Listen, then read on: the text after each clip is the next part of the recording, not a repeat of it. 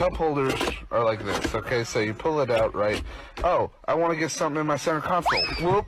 Anyways, guys, we got a team that's going to try to really mess up the Rams season and the freaking draft pick, bro. I mean, guys, this game is something that I've been looking forward to for a while now. And, like, again, especially what happened last week with the Rams and the Falcons. Again, I think this game will be definitely one that we'll see some exorcisms going on.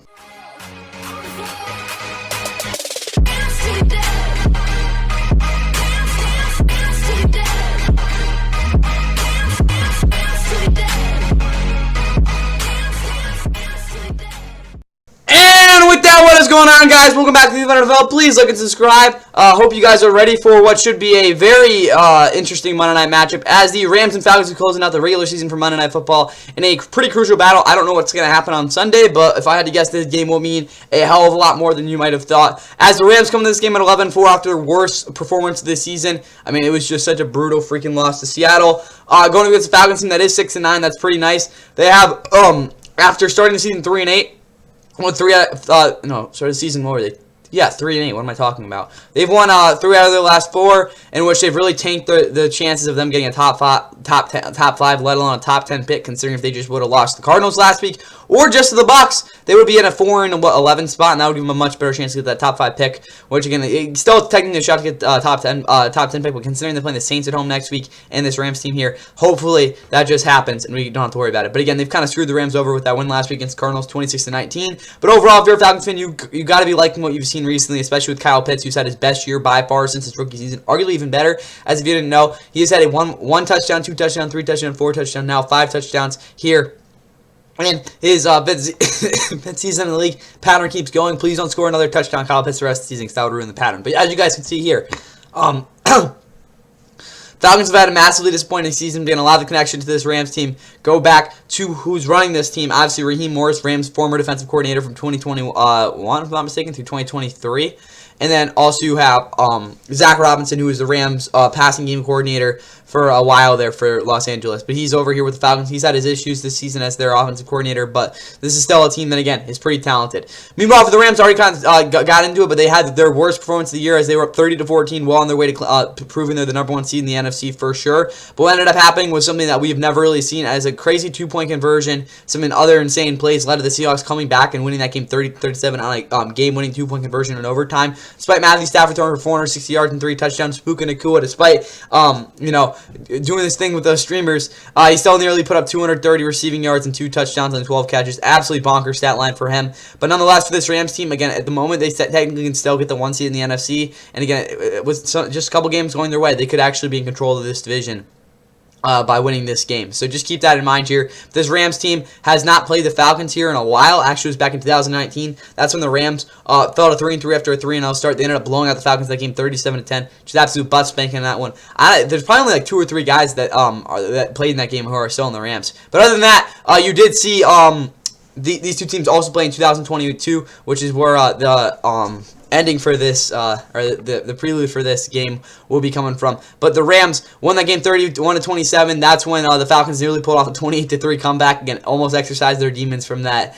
Again, Super Bowl game. Again, I already talked about all that stuff again last week with the recap from Week 16. But as you guys could see, Falcons definitely would like to see if they could do that here as well. But anyway, also for Matthew Stafford, he has 40 passing touchdowns this season. If he throws just 2 in this game, he would break the Rams franchise record for single-season touchdown passes, which he tied with Kurt Warner, who was the only Rams quarterback, if I'm not mistaken, to ever win MVP, which he did so back in 2000. What was it, 2000, I think? And then also, again, obviously, Matt Stafford tied that back in his first season with the Rams in 2021. Also, it would be a career high for him as he did throw 41 touchdowns in Detroit one year as well. But on top of that, for this game, guys, with all that said, you look at the playoff picture. Again, the Falcons are already eliminated, but I wanted to tell you guys, if the Falcons are able to win these last 2 games, upset the Rams this week, and then win next week against the Saints, and somehow the Bucks and Falcons both end this season at 8-9, Bucks and Panthers, that is, the Panthers should actually get in over the Bucks because the strength of victory would actually go back to the Panthers. I want to keep that as a scenario because I honestly, guys, could see that turning out, and that would just be an insane way, a 3-way tiebreaker. Again, with the Falcons at 8-9, they're already eliminated because they don't have a tiebreaker on either the Panthers or the Bucks. But The Panthers would get over the Bucks if that was, again, the scenario there. The Bucks tiebreaker would go to the Panthers, actually. It would, like, flip. So just keep that in mind. Meanwhile, for the Rams, there's a lot of scenarios for them right now in terms of what's going to happen with them. All you need to know is if you're a Rams fan like I am, if they're able to win these last 2 games, they're guaranteed the 5 seed playing the NFC South champion. That's all you guys need to know. That's, like, basically the simplest path for them. Win out, you're guaranteed the 5 seed based on, again, it's just mathematically they're guaranteed the 5 seed. So take care of business is the first thing we want to get through. But in terms of things that are out of their control and what could happen to them, not only winning the NFC West, which I think is actually the most likely outcome for them, or getting the 2 seed, or getting the 1 seed. Why the division is more plausible is that it does involve the Bears, but it does not involve the Bears in Week 18. What it does involve is the Bears beating the 49ers this week to send the Niners to 11-5, which means the best possible record they can have is 12-5. Rams' best possible record is 13-4, which means the Rams would be ahead of the Niners there. And then they'd also need Seattle. Again, this is the biggest thing here. They need Seattle to lose to the Panthers. Again, this Sunday. They needed that to happen. So if those things happen, the Rams would end up getting the. Again, they'd end up being in front of the division. But again, even with that, even if the Seahawks won in Week 17, if the Niners beat the Seahawks in Week 18, the Rams would actually be ahead of them in the division because the Rams have the tiebreaker in the Seahawks if that happens. Again, that does require the Niners still to lose to the Bears. Now for how they can get the 1 seed. Same things for them to win this division. If we talked about how Bears beat the Niners in Week 17, Seahawks lose the Panthers in Week 17, Rams went out. That's the first thing. But, again, with that, the way for the Rams to get the 1 seed is, again, if the Bears beat the Niners, which, again, we need to happen here, that means that they've already clinched the NFC North, but also they'd have the tiebreaker on the Rams for the number 1 seed. They need the Bears to actually lose to the Lions, who are already eliminated from the playoffs in Week 18, which, again, is a plausible possibility. They're in, again, which is possible in Week 18 because they already lost them, 52-21 back in, Week 2. So, again, keep that in mind there. Well, I think that was final score, right? Yeah, Lions, Bears, Week 20-25. 52-21, there we go. But, yeah, so keeping that in mind. So we say, and then that would mean the Rams would have the only way for the Rams to get the 1 seed, again, realistically, unless the Bears and freaking, really the only way the Rams can get the 1 seed is if they have the best record in the NFC. Either, whether that's tied with the Seahawks or the best record in the NFC, they have to have the best record in the NFC. Other than the only way, again, the Rams have to have the best record in the NFC. That's realistically what's going to need to happen. Or, but if they're tied with another team, the only team that can be tied with is the Seahawks. It can't be the Bears and Niners. So the Bears and Niners have the Rams on the tiebreaker of the Rams. Niners tiebreakers by division. I think the Bears is by their conference record. But anyway, with that said, guys, Rams starting lineup for this game. Devontae Adams is questionable. I don't think he should play in this game. Realistically, he shouldn't play until the playoffs. Whether that's the division round or wild card, we'll see about that. Alec Jackson, Kevin Dotson both questionable. Alec Jackson, the Rams left tackle, got injured last week. Kevin Dotson left the game in that one. It was a little bit concerning. But other than that, the Rams offense is healthy defensively. Brain Fisk is questionable. Larry Murchison will start if he can't go. Rest of this defense is relatively healthy. Josh Wallace is the only guy questionable. Harrison Mevis is their kicker. Ethan Evans is their punter. Now for Atlanta.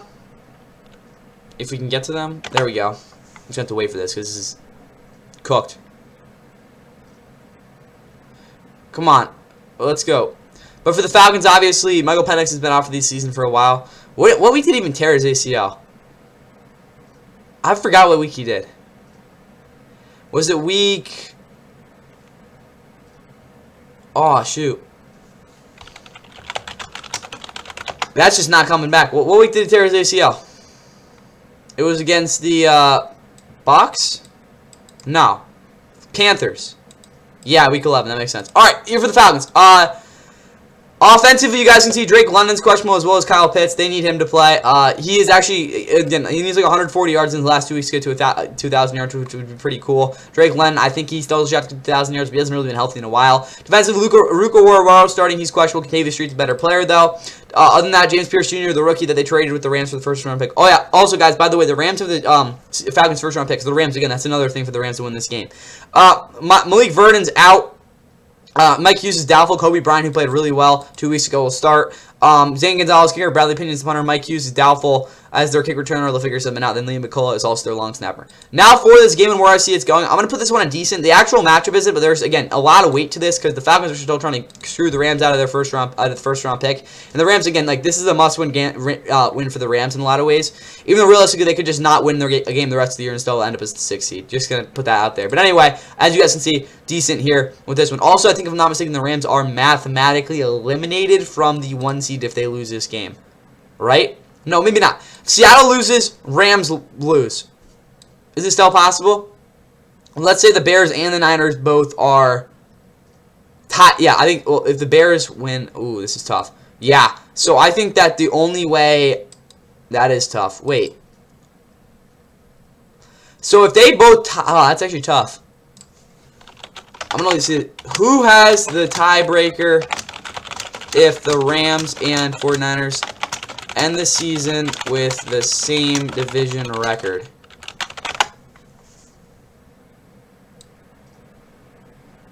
Well, edge is for their season.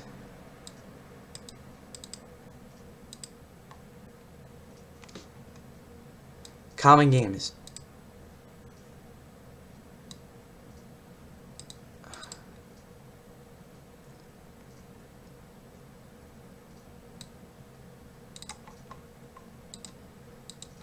With 4-2 division record. I want to see about this. Alright, I'm going to see playoff predictors. We're going to this for this. Alright. Sorry to bury you guys with this. I just want to see the hypothetical with this. Alright. So we're saying the Rams lose this game. Where are we? Seattle? Yeah, you win that. No, you got to lose both these. You lose and you win. Oh, that wouldn't even matter because they'd be better than Rams. Yeah, never mind. Seattle would have to win that, so they'd already be ahead of the Rams. So, never mind, guys. The Rams can't win the division if they lose this game. Mathematically, because that means that this... Yeah, because the Rams would finish 12-5, Seattle would finish 13-4, so that's impossible. Wait. No, because that means the Niners would 13-4.